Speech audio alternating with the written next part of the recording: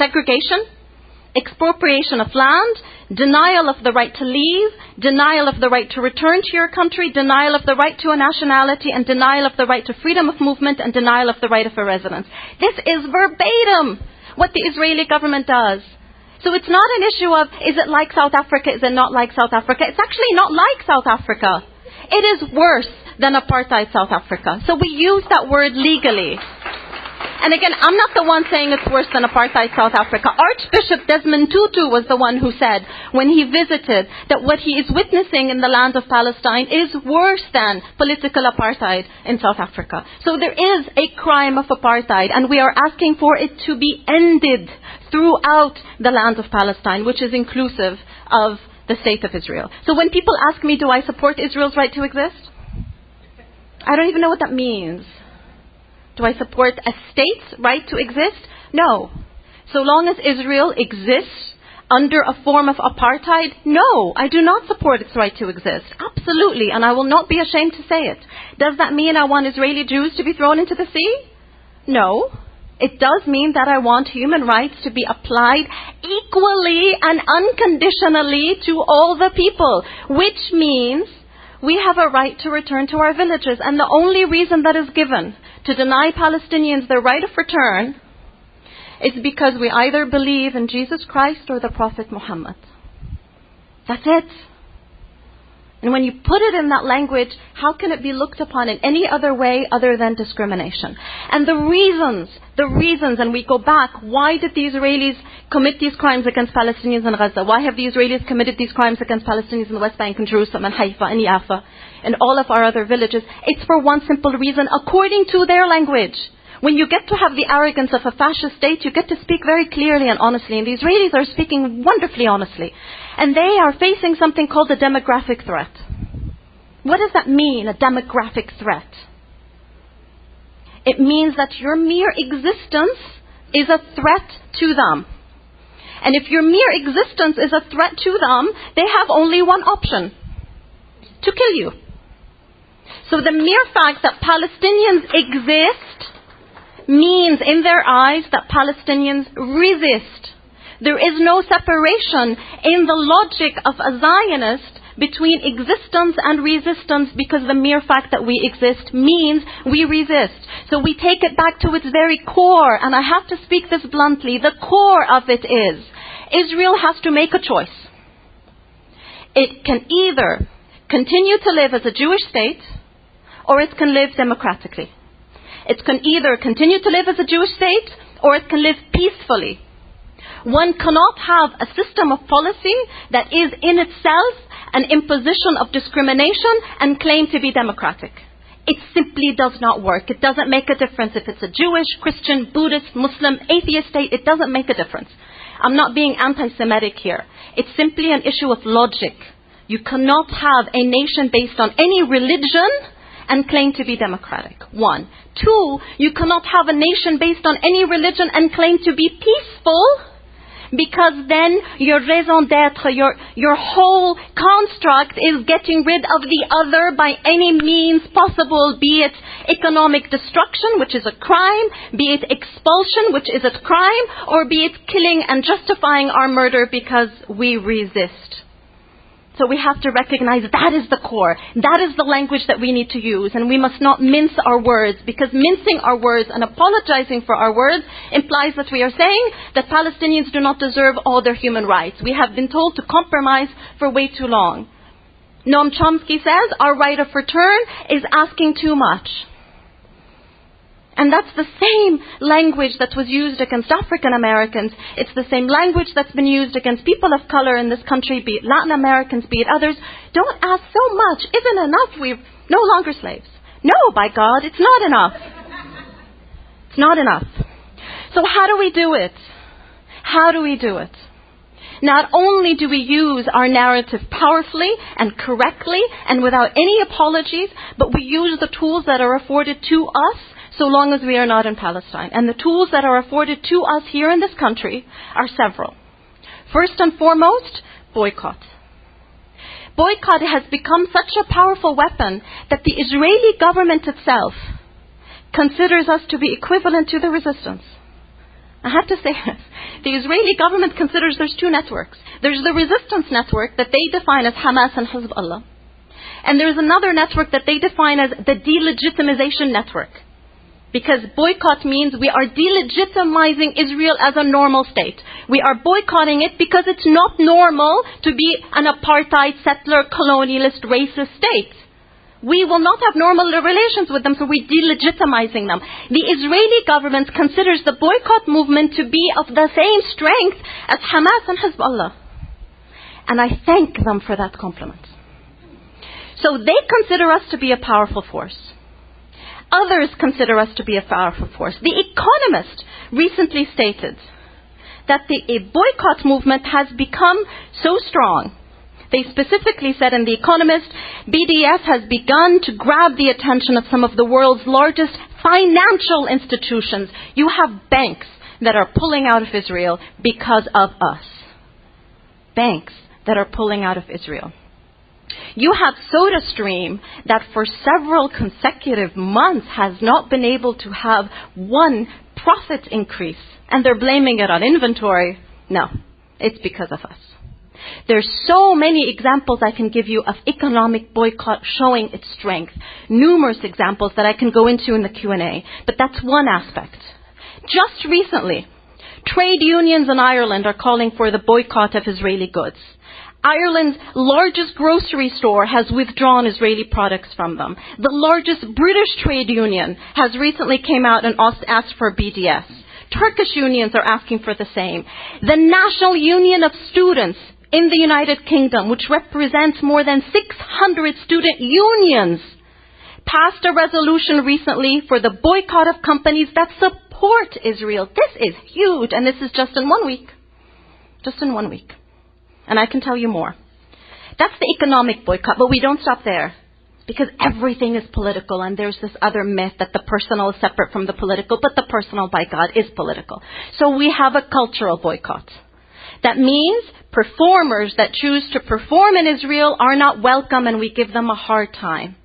And we support performers such as Roger Waters, Pink Floyd, who wrote the only song of Pink Floyd that I actually remember, which is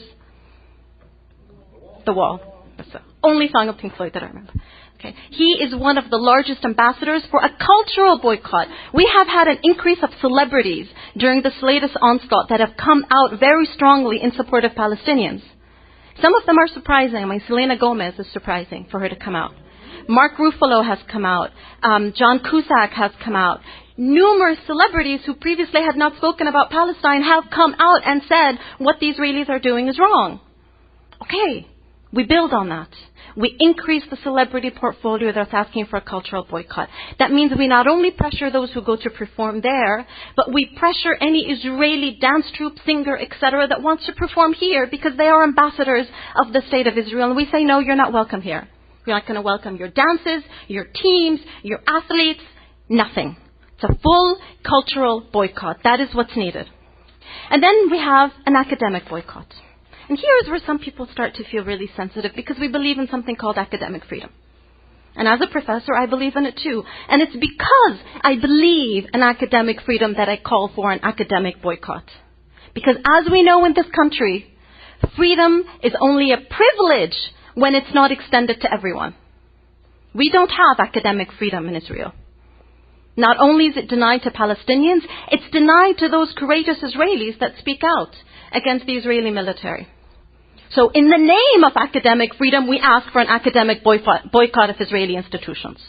And we ask for an academic boycott of Israeli institutions because you have Israeli institutions that support the Israeli military.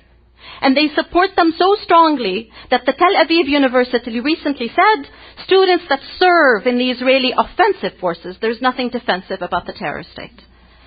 Students that serve in the Israeli offensive forces get 1 year of free tuition. So they're simply saying they're part and parcel of the military-industrial complex in Israel. Fantastic. We will boycott them too. So we're asking for economic, cultural, academic boycott. Full. And we are supported by a small group of courageous Israelis called Boycott from Within.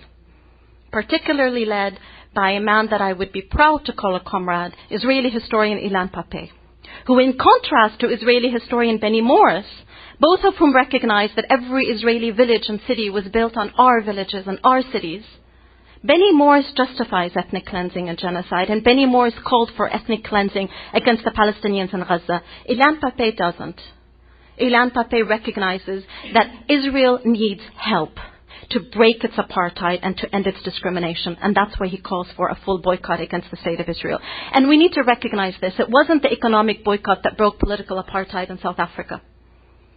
It was the isolation and the shame that was given to the political apartheid in South Africa that broke it, along with, and I will say this, the armed resistance in South Africa. Nelson Mandela was not always a freedom fighter in the eyes of the US government. He was a terrorist. So when they call us terrorists, I don't mind, put me in the same bag with Nelson Mandela. That is fine. We also ask for sanctions again, an arms embargo, and again here we need to realize who our friends are. And very clearly, Latin Americans are our friends. El Salvador, Chile, Peru, Brazil, Ecuador. All recall their ambassadors. Brazil, Argentina, Venezuela, Uruguay, Paraguay suspended free trade agreement talks with Israel. And then you have this small, tiny island of the Maldives that proved to be the most courageous of all countries by actually cancelling previously agreed upon bilateral trade agreements with Israel and saying no. There is strength in small sizes. So we work on that. And while we're working on that, we also pay attention to our activists and our comrades here in the United States, because we are denied academic freedom in this country. And we cannot be calling for academic freedom there through academic boycott and not support professors here that are getting fired because they are speaking in the name of justice. You have one professor who just lost his job yesterday, Dr. Stephen Salata, a Palestinian who lost his job because he was tweeting in opposition to the slaughter of our children, and he was justifiably and rightfully saying that Zionism is what is increasing anti-Semitism.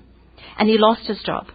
And it becomes incumbent upon us to put pressure on the University of Illinois to reinstate him. And I would urge you to do that, and I'll give you the phone number and the emails in the Q&A for you to be calling the Chancellor, emailing the Chancellor, and letting them know. And we do have the power to do this, because all too often we think that we're small, but I'll give you one small example of how strong we can be once we believe in our strength. NBC, again, not freedom, not free speech, not democracy now. NBC had this great reporter in Gaza by the name of Ayman Mu'ayyid.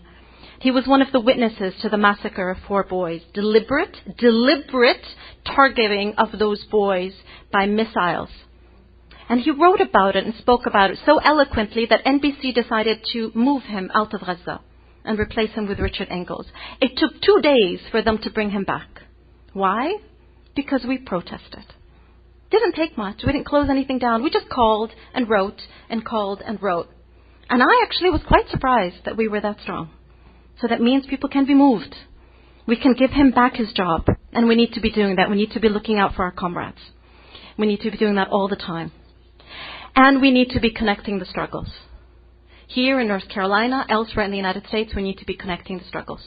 So if we are in solidarity with Palestinians because we are opposed to the eradication of the human rights of Palestinians, because of the dehumanization that we have been taught by Hollywood, which is part and parcel of the military-industrial complex, by the way, part and parcel of it, because of the media, because of the generation in this country that we have been taught that people of color need to accept what are given to them, and European Americans, otherwise known as white Americans, need to stop apologizing for their privileges. No. We connect the struggles. That means what is happening to Palestinian Americans, to Palestinians specifically, is very, very similar to what has been happening to African Americans in this country. We need to connect the struggles. And it is in the name of solidarity with Palestinians that I stand here and I oppose the privatization of the prison industrial complex in this country. Because it is a theft of African American men, just as the occupation is a theft of our men. So we change the narrative. We speak of liberty, we speak of equality, we speak it with pride, we speak it without apology, and we speak it getting our strength from the Palestinian resilience in Gaza, in West Bank, throughout the land of Palestine. The most resilient. Thank you.